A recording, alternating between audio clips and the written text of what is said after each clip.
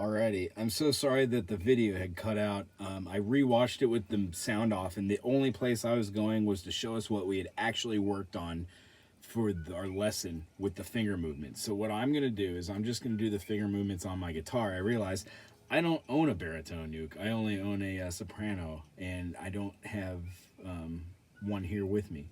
So what I'm going to do, the guitar is the exact same as the uke, the baritone uke, except it doesn't have these two strings as we talked about. So what I'm going to be doing is I'm basically going to take these two and move them out of the way. So all you see are these two strings gone, and these are going to be your new strings here. All right, so this is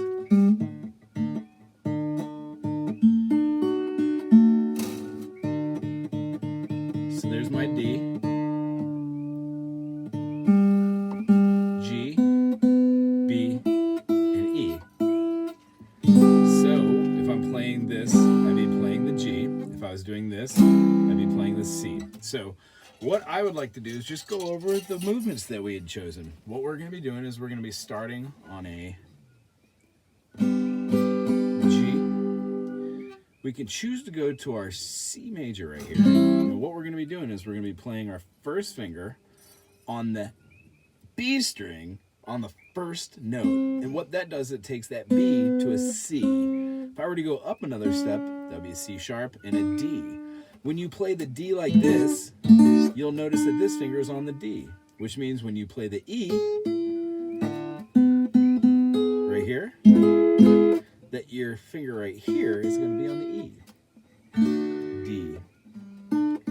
But I digress. So what we have here is the C. And what we would like to do is take our finger off this first fret and keep our finger on the lowest string here, the D string.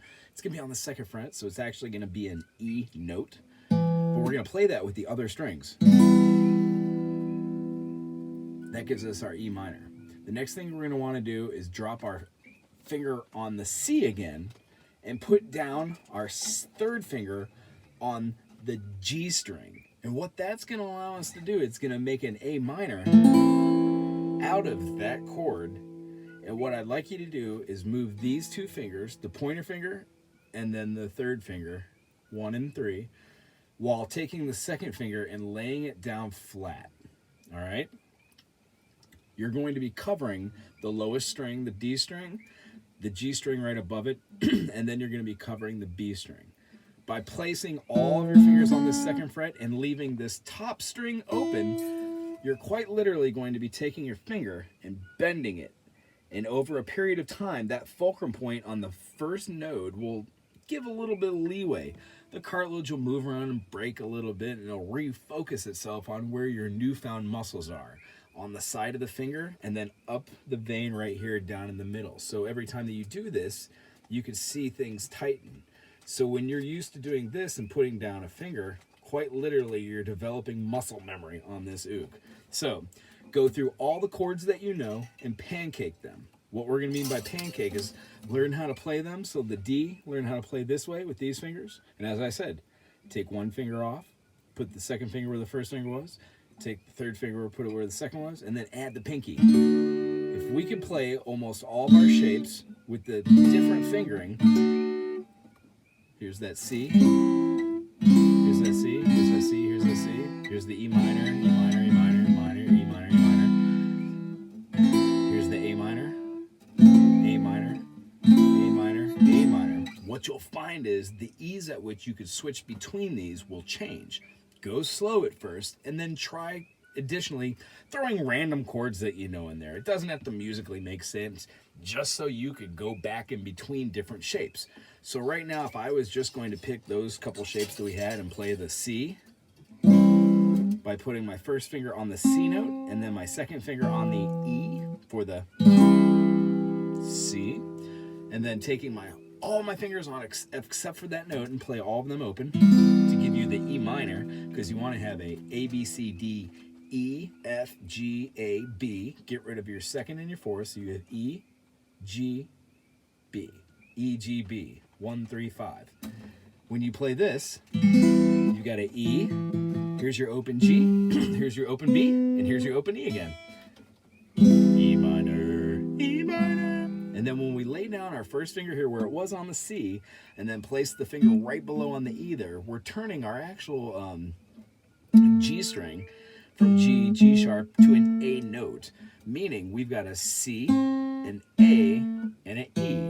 A, C, and E. That sounds like a A minor to me. If I had an A, C sharp, and E, I would have a A major, but we have an A minor. So what we're doing is we're going from C major to E minor to A minor to A major.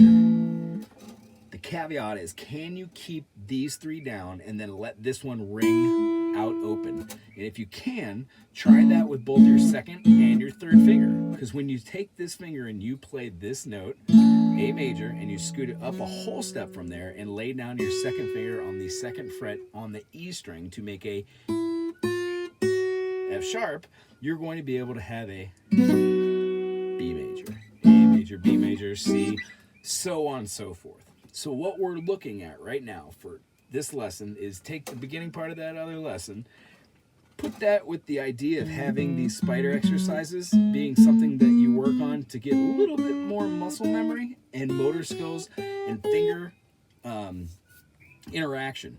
The idea behind these is they won't always be 1, 2, 3, 4, 1, 2, 3, 4. Once you get to a point where these are up to about the speed I just played at, try doing them backwards.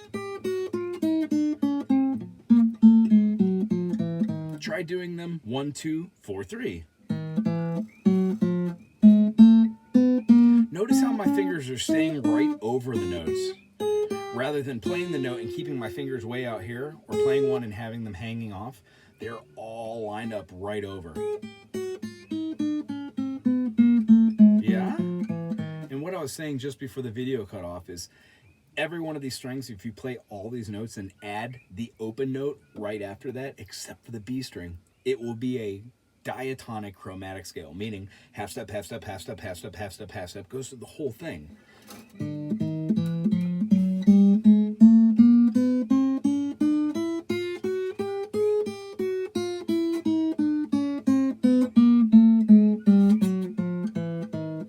See that? So what we do when we have our whole step,